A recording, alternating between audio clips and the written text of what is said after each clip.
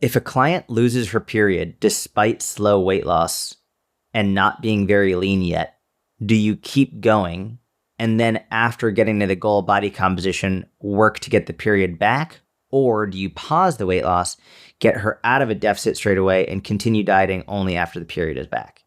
We can talk about this. It's slightly out of my area of expertise. My default here is if a female client is losing her menstrual cycle during dieting, we're going to increase calories because you know, I'm not training someone for a bikini show. I'm not trying to put someone on stage.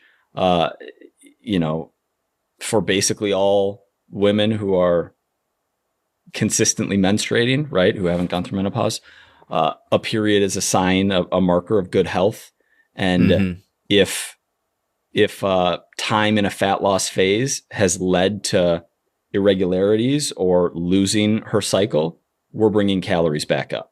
Now, if this is like an ongoing issue, if this is something that has happened even at maintenance, if this is something that she has experience with, if this is something that she has worked with her doctor, you know, gynecologist, endocrinologist, on these issues before, and there's something else going on, and she has the green light to lose body fat, and maybe she, this is very rare. In fact, I don't know if I've ever seen it, but if she was very overweight or obese and a reasonable calorie deficit coincided with her losing her cycle, and doctor said, no, you should still focus on losing body fat even though you've lost your period, that would be a situation where I'd be okay continuing to have her in a deficit. But yeah, in almost all scenarios, loss of period means bring calories back up. Yeah. I mean, and in this situation, I can only speak hypothetically because I've never had a woman who was in a sustainable deficit who had a significant amount of weight to lose her period. Yeah. Yeah. I've never had that happen. And I'm not saying it doesn't happen, but for me personally, that's never happened with any of my female clients. It has happened with female clients who were already relatively lean. They didn't have to be shredded, but they were already relatively lean. And then maybe they ended up reducing calories more than I told them to. Oftentimes this would happen when they increased activity way more than I had them doing. So when they would be really doing more cardio than I told them to, for example, that's really when it would happen. And that's when we'd have to sit down conversation. I'd be like, I need you to be very honest with me. Have you been doing way more than I told you to? They'd be like, yes, I have. I'm like, okay. Now, do we either increase calories or are you going to actually stick to the program? Like, I'm going to stick to the program. And that fixes it almost every time for at least in my experience, where, all right, there's no reason for you to be getting 30,000 steps in every day. Like, that's outrageous. And you're already lean and you're in a calorie deficit. Like, it's ridiculous. We take that person down to a normal activity level. All of a sudden their period comes back. I completely agree with you.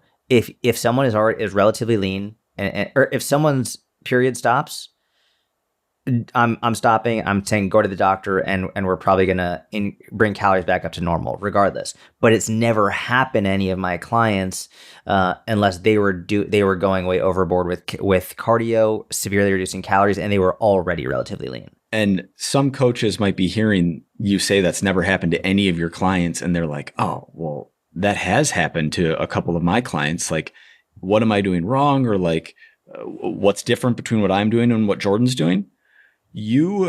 Something I've noticed over the years with the specific demo of petite, pretty lean female client who wants to get leaner, you just say no.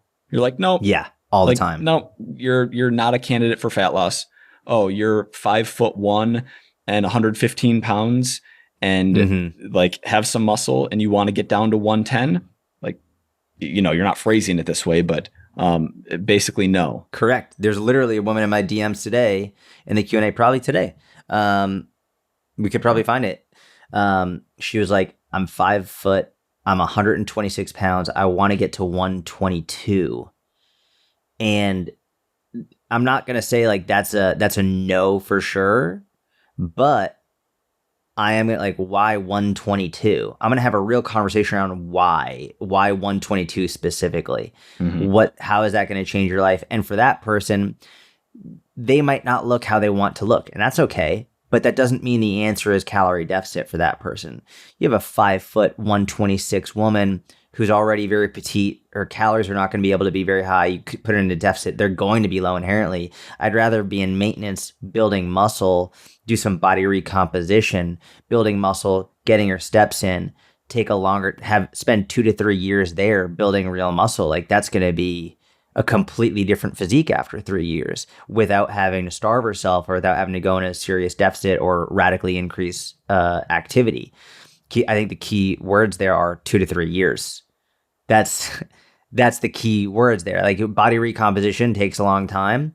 When you have a very short, very petite person, it's way more difficult.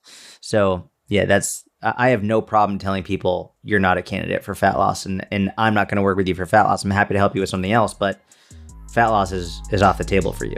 Good question.